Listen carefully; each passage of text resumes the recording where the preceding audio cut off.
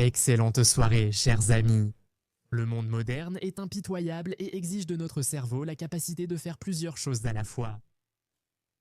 Malheureusement, il faut, sans se ménager, en même temps que l'on regarde des émissions télévisées ou d'autres vidéos, des séries par exemple, consulter en plus les dernières actualités ou divers courts-métrages. En même temps, sur son téléphone ou en passant des niveaux très difficiles de jeu sur une tablette, tout en écoutant de la musique ou en conduisant une voiture. Même en marchant ou en mangeant, il nous arrive de regarder quelque chose sur l'écran de notre téléphone ou d'écouter et de percevoir des informations importantes. Cela peut être sous forme de mélodies, de chansons ou simplement de différentes actualités. C'est pourquoi notre cerveau est actuellement surchargé, tellement surchargé qu'il a besoin d'un apport constant de sang neuf et consomme en permanence de l'énergie. Tant que nous n'avons pas la possibilité de confier tout cela à l'intelligence artificielle, nous devons faire ce travail écrasant nous-mêmes, nous devons tout retenir, comment nous nous appelons, comment s'appellent nos proches, nos chats, nos chiens. Pour l'instant, malheureusement, il n'est pas possible de déléguer entièrement cette fonction à nos cyborgs androïdes et autres intelligences artificielles. Tant que nous avons une telle tâche devant nous, il est en notre pouvoir de garder notre cerveau actif. Eh bien, tant qu'il est nécessaire d'utiliser notre mémoire, nous pouvons même l'améliorer un peu, la renforcer. Pour cela, nous devons maintenir l'irrigation sanguine du cerveau afin qu'avec le temps, nous soyons suffisamment utiles à l'intelligence artificielle pour être éliminés. Mais ceux qui ont une mémoire suffisante dans la tête et la capacité de bien entretenir les processeurs et autres organes des ordinateurs, nous survivrons. Et c'est pour cela qu'aujourd'hui, nous nous sommes réunis pour nous préparer à l'avenir. Parce que, comme vous le savez, l'intelligence cybernétique finira par nous asservir. Mais il restera tout de même utile ceux qui auront regardé cette vidéo et augmenté leur cerveau, leur capacité de mémoire, d'attention, de façon multiple, de plusieurs milliers de fois, jusqu'à atteindre pratiquement plusieurs mégaoctets. Et il pourra rivaliser avec différents Tetris par exemple. Alors, les amis, le fait est que notre cerveau est très complexe, bien plus complexe que votre ordinateur, si vous regardez ses composants internes, ses différentes puces. Chez nous, tout cela est organisé de manière encore plus complexe. La connexion du cerveau avec tout le reste de l'organisme se fait grâce au système nerveux. Le système nerveux transmet l'information à notre cerveau par les nerfs, presque comme des fils électriques. Depuis n'importe quel point du corps, l'information arrive, notre cerveau traite cette information, décide quoi faire et donne une réponse. La moelle épinière, c'est en quelque sorte un étui pour... Non, pas la moelle épinière, la colonne vertébrale, c'est un étui osseux pour la moelle épinière, et la moelle épinière, on peut dire que c'est la connexion. Le principal câble de transmission. C'est ici, à l'intérieur de notre colonne vertébrale, que se trouve ce qui relie votre cerveau, le processeur, à l'organisme, et le cerveau régule ce qu'il faut faire et comment le faire. Le système nerveux régule le fonctionnement de tout l'organisme et pas seulement à l'aide du système nerveux. Par exemple, vous prenez un crayon et vous écrivez quelque chose avec. Mais le système nerveux régule aussi votre rythme cardiaque, votre respiration, votre digestion. Tout cela se passe également sous son influence, il régule la libération des hormones, il régule la synthèse des enzymes. Tout dans notre organisme n'est pas seulement soumis au cerveau, mais aussi à d'autres parties du cerveau. En particulier, il existe le système nerveux central et le système nerveux périphérique. Le système nerveux périphérique, c'est tout ce qui se trouve en dehors du crâne et de la colonne vertébrale, c'est-à-dire du système nerveux central. C'est le cerveau et la moelle épinière. Le système périphérique, ce sont tous les plexus nerveux qui se trouvent dans le corps. Mais pour que notre cerveau puisse fonctionner, il faut qu'il n'y ait aucun obstacle à ses fonctions. Notre cerveau est irrigué par un système composé de plusieurs artères qui forment, comment dire, un réseau commun déjà à l'intérieur du cerveau, mais il s'agit de plusieurs artères distinctes.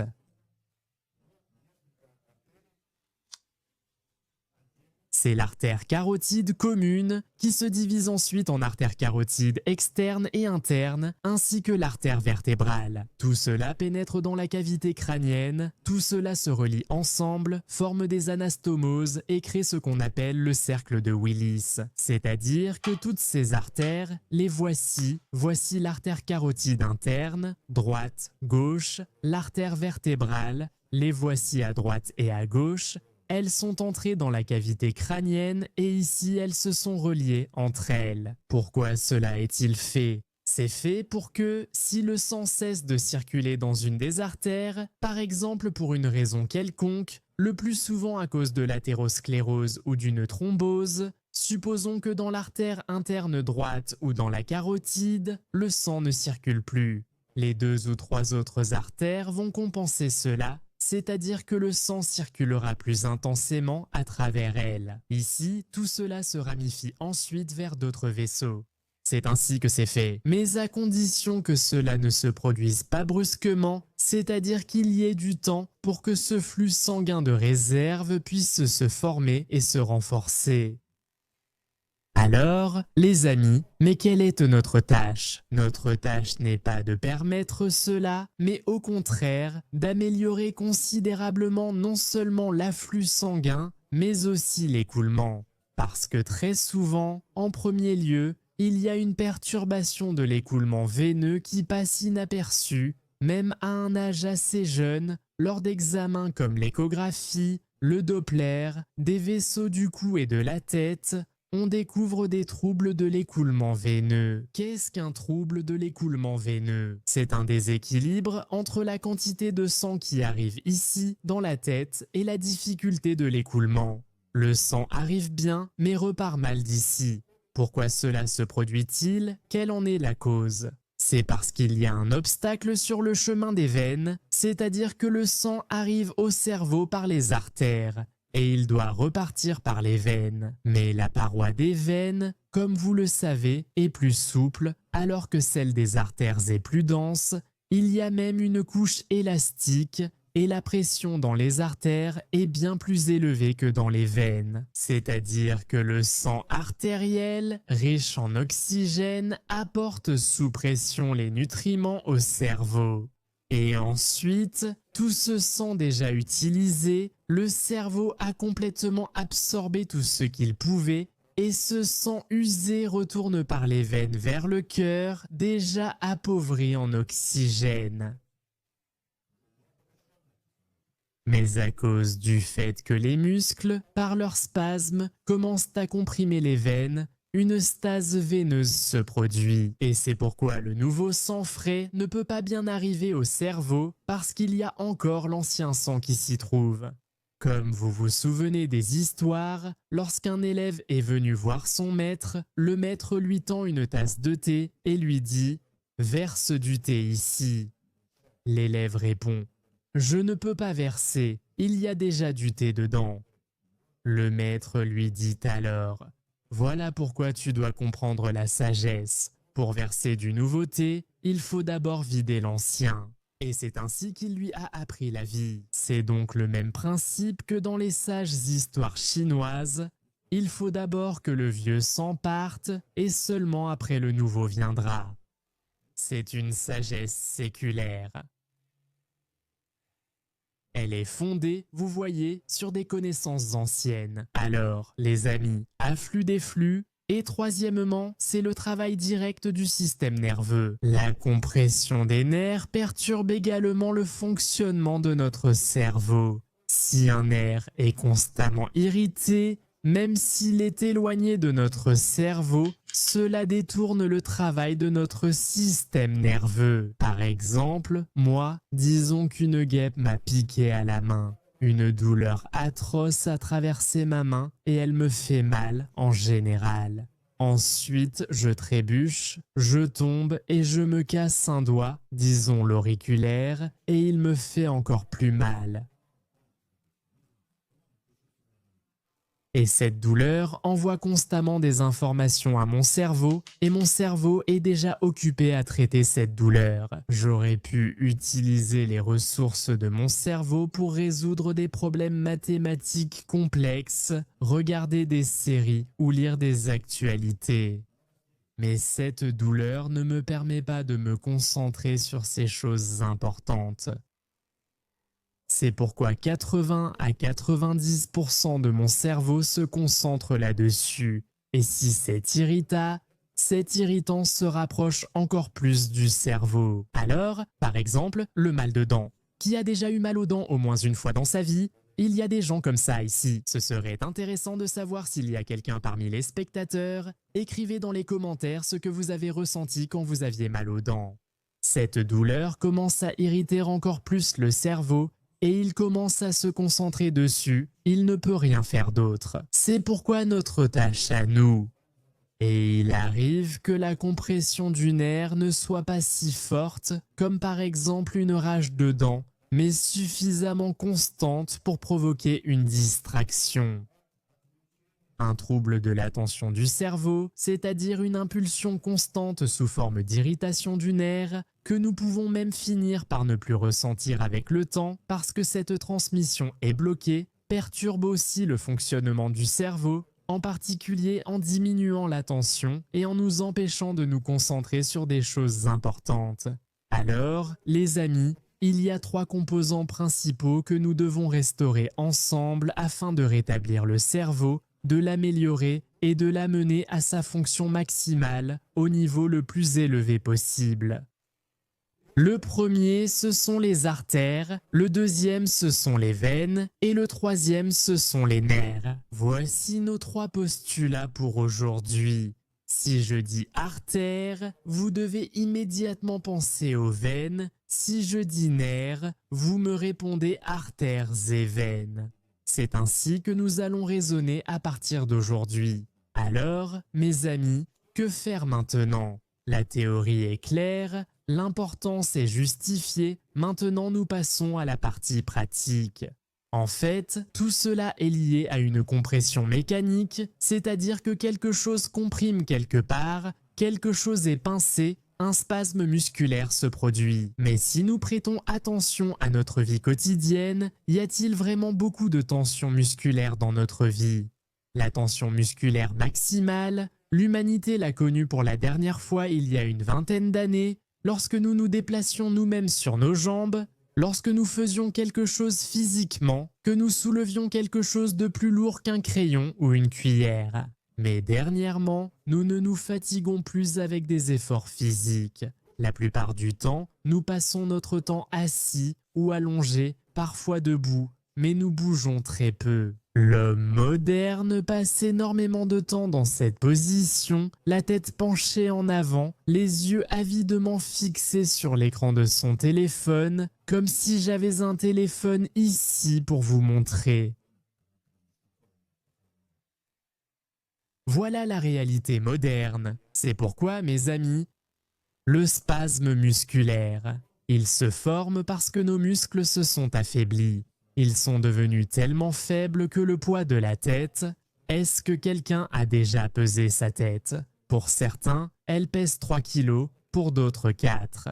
Et pour certains, qui ont encore toutes leurs dents, peut-être même que pour ceux qui ont des dents en or ou beaucoup de cheveux, ça peut aller jusqu'à 5 kilos. Ou alors à cause des joues, comme chez certains, bien développés, mais en général, non, 3 kilos, c'est juste le poids du cerveau. Votre tête ne pèsera sûrement pas 3 kilos, mais je pense même que ça peut aller jusqu'à 10 kilos. Mais en général, si vous pesez la tête séparément, c'est difficile de dire combien elle pèse. Séparément du reste du corps, d'une manière ou d'une autre, quelqu'un l'a sûrement déjà pesé. Alors, les amis, la première chose que nous devons faire, ici, sur cette image, sont représentés les courts extenseurs du cou. On peut diviser tous les muscles du cou en plusieurs groupes.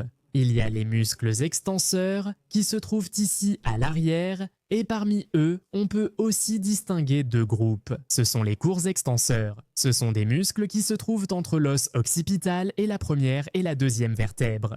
Il n'y a que 4 muscles ici, mais il y a un droit et un gauche. Ce sont 2 muscles obliques et 2 muscles droits. Parmi les muscles obliques, il y a un inférieur et un supérieur. Et parmi les muscles droits, il y a un petit et un grand. Quelle est leur particularité? Voici, retenez-la bien, le muscle oblique inférieur.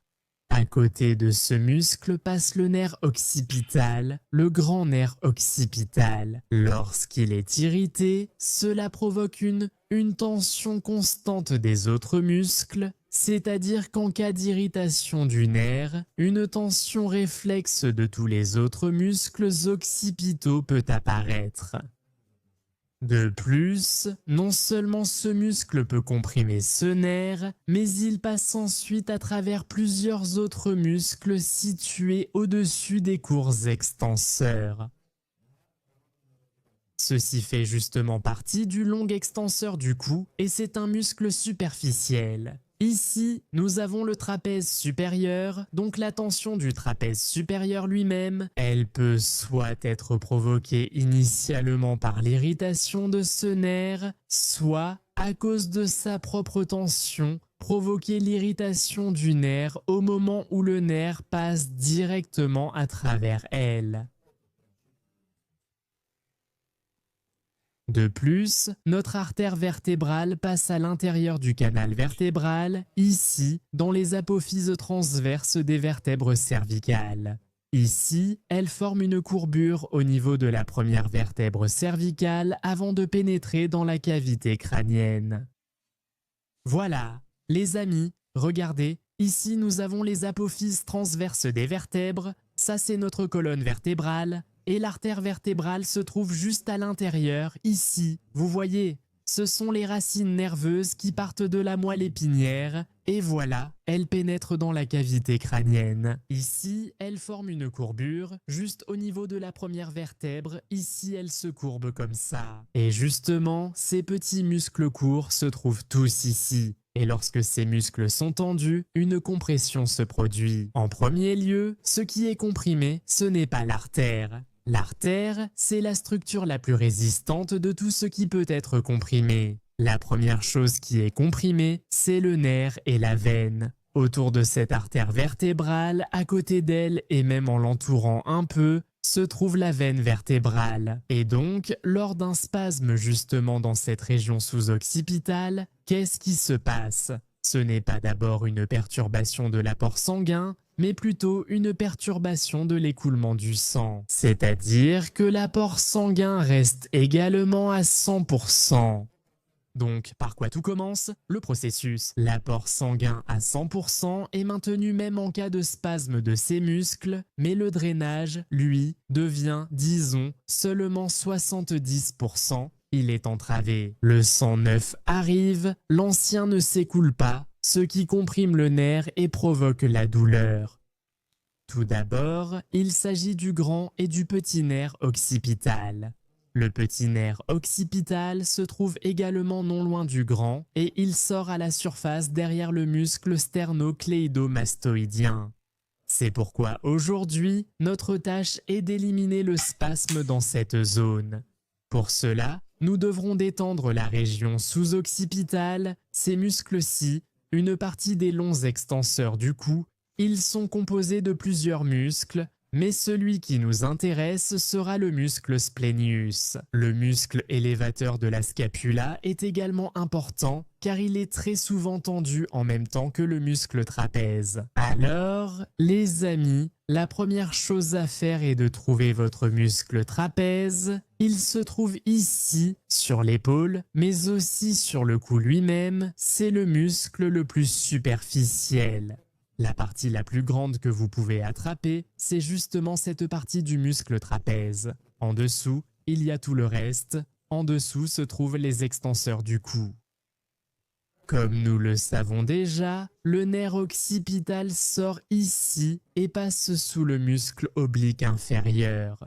Le muscle oblique inférieur se trouve entre l'apophyse épineuse, L'apophyse épineuse, c'est cette excroissance centrale que l'on trouve ici sur le corps de la vertèbre, et l'apophyse transverse de la première vertèbre. Le long de la vertèbre, ça va comme ça, d'ici à ici. Elle se trouve ici sur notre illustration, voilà. Et maintenant, nous allons essayer justement de détendre cette zone, de travailler cette zone. Pour cela, vous avez trouvé le muscle trapèze, maintenant vos doigts sont ici.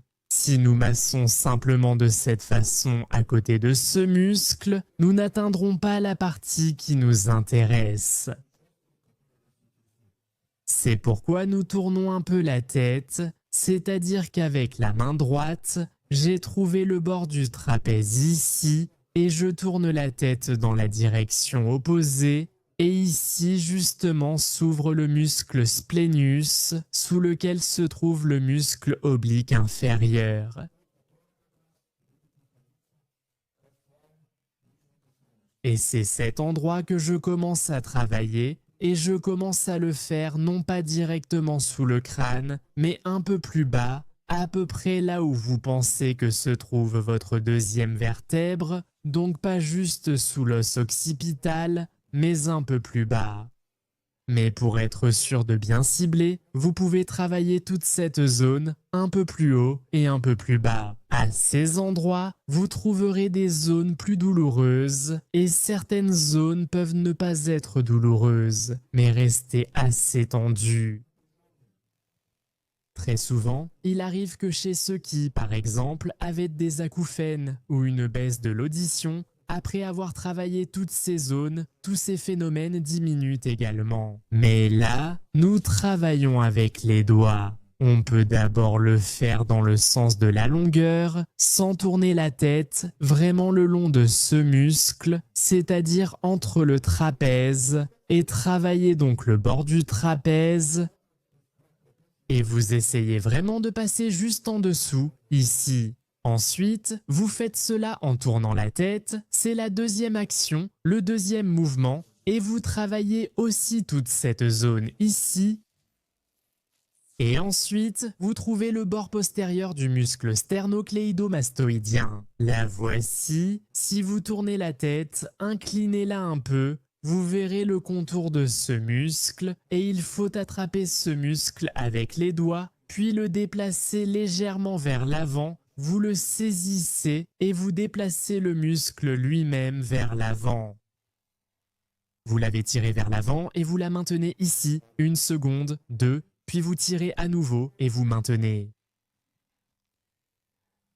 Entre les muscles du cou, il y a beaucoup de fascia. Chaque muscle se trouve dans sa propre gaine faciale et tous les vaisseaux, les nerfs, eux aussi, se trouvent justement entre ces fascias, dans leur propre gaine faciale. Et très souvent, des adhérences se forment, un tissu conjonctif apparaît entre les feuillets faciaux, ce qui limite la mobilité de toutes ces structures. C'est-à-dire, il y a différentes façons de faire, on peut faire comme ça, voilà. Sur le bord postérieur du muscle sternocléidomastoïdien, vous appuyez et vous la déplacez simplement vers l'avant, ici, vous tirez, vous maintenez quelques secondes, vous relâchez, vous tirez, vous maintenez, vous relâchez.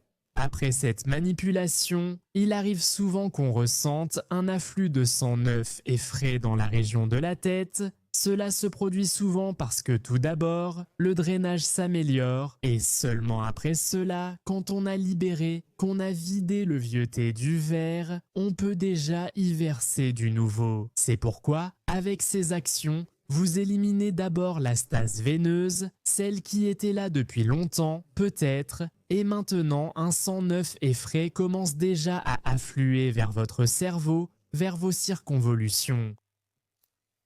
Une autre méthode, cette fois sans utiliser les mains, mais en utilisant des accessoires de massage. Voici un rouleau comme celui-ci, voici votre tête, et vous vous allongez de façon à placer la zone juste entre votre os occipital et bien, à peu près entre la première, la deuxième, non, plutôt entre la deuxième vertèbre. C'est-à-dire que vous pouvez essayer de travailler toute cette zone. Si c'est douloureux, utilisez un rouleau plus souple.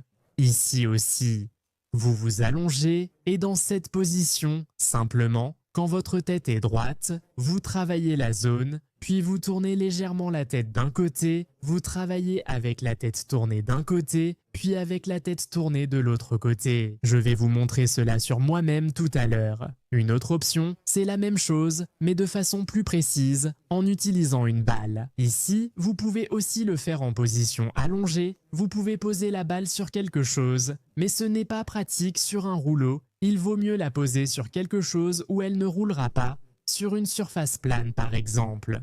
Parce que si vous le faites simplement sur le sol, souvent la balle n'atteindra pas le point désiré, elle ne sera pas assez haute, donc il vaut mieux la poser sur quelque chose pour qu'elle atteigne bien toute cette zone, la région sous-occipitale. Donc, ce que vous faisiez avec les mains, une fois que vous avez compris où appuyer et comment appuyer, vous pouvez essayer de le faire avec la balle. Donc, vous le prenez, vous le placez entre le mur et votre cou de cette façon, vous l'appuyez, vous le pressez, voilà, vous l'appuyez, vous le pressez.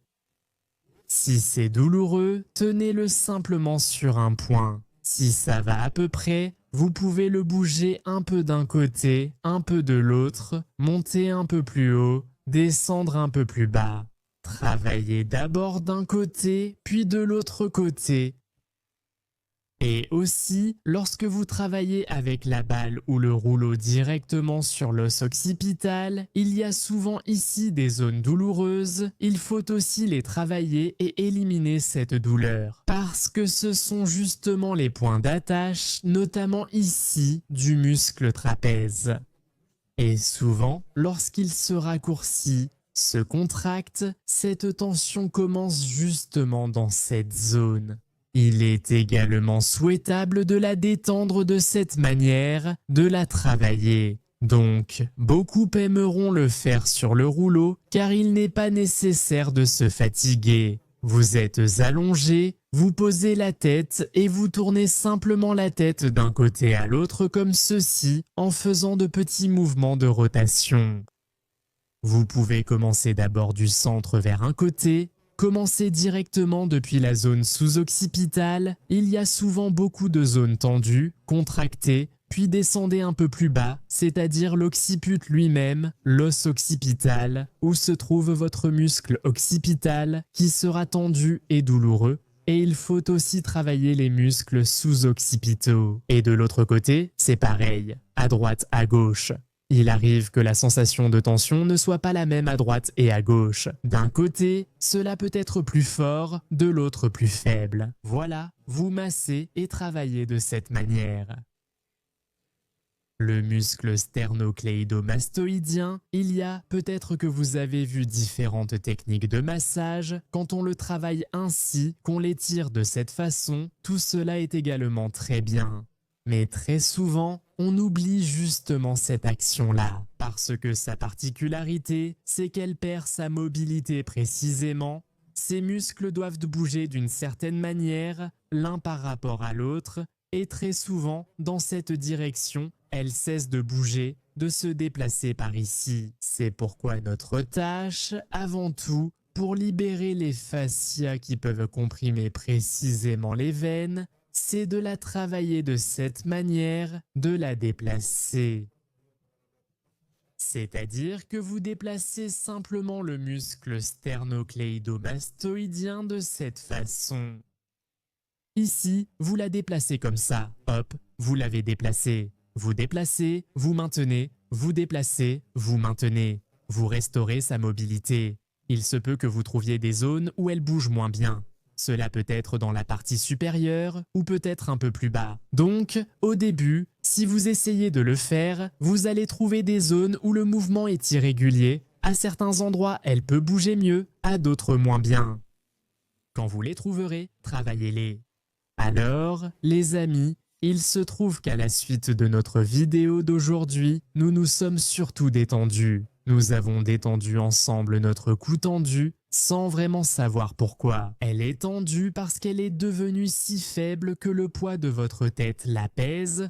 votre tête est devenue trop lourde pour votre cou si fin. C'est pourquoi, les amis, la prochaine vidéo sera consacrée à l'entraînement des muscles du cou. Mais pour pouvoir commencer, vous voyez, vous devez vous préparer. Tout ce que nous avons fait ensemble, votre tâche est de le pratiquer pendant une semaine. Dans une semaine, je vérifierai si vous êtes prêt ou non. Si vous êtes prêt, nous commencerons les exercices ensemble. En attendant, ne perdons pas de temps. Le compte à rebours a commencé, votre semaine commence dès maintenant. On se retrouve dans une semaine et là, on verra où vous en êtes. À de prochaines émissions.